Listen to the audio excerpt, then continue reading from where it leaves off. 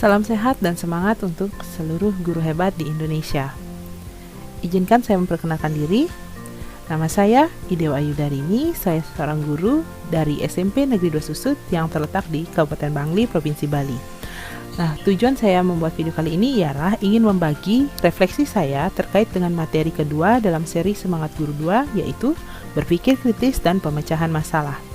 Berpikir kritis seperti yang kita ketahui merupakan suatu keterampilan, tidak hanya kemampuan yang dimiliki seorang untuk menentukan apakah sebuah informasi itu akurat dengan cara menerima informasi tersebut, menolak informasi tersebut, atau menunda informasi tersebut untuk menentukan apakah benar atau salah. Gitu.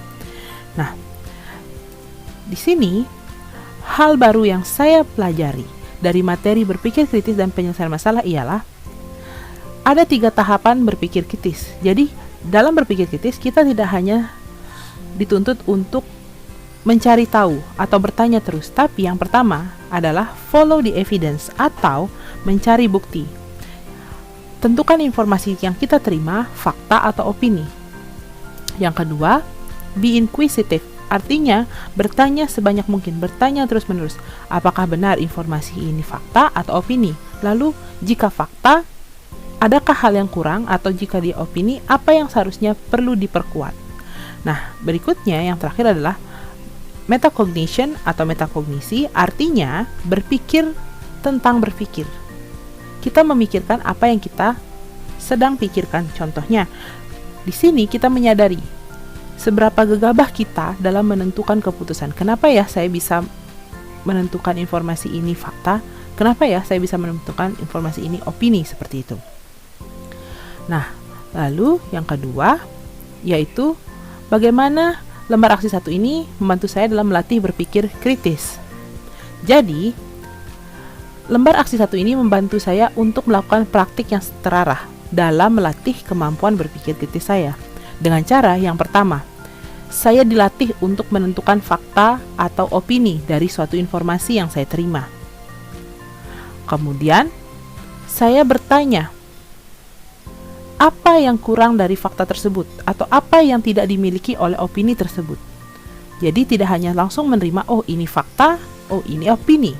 Lalu saya juga dilatih untuk merefleksi. Nah, di refleksi ini saya menentukan seberapa akurat fakta yang sudah saya temukan atau apa yang perlu diperbaiki dari informasi tersebut. Nah, dari refleksi ini saya akan menyadari seberapa gegabah saya dalam mengambil keputusan.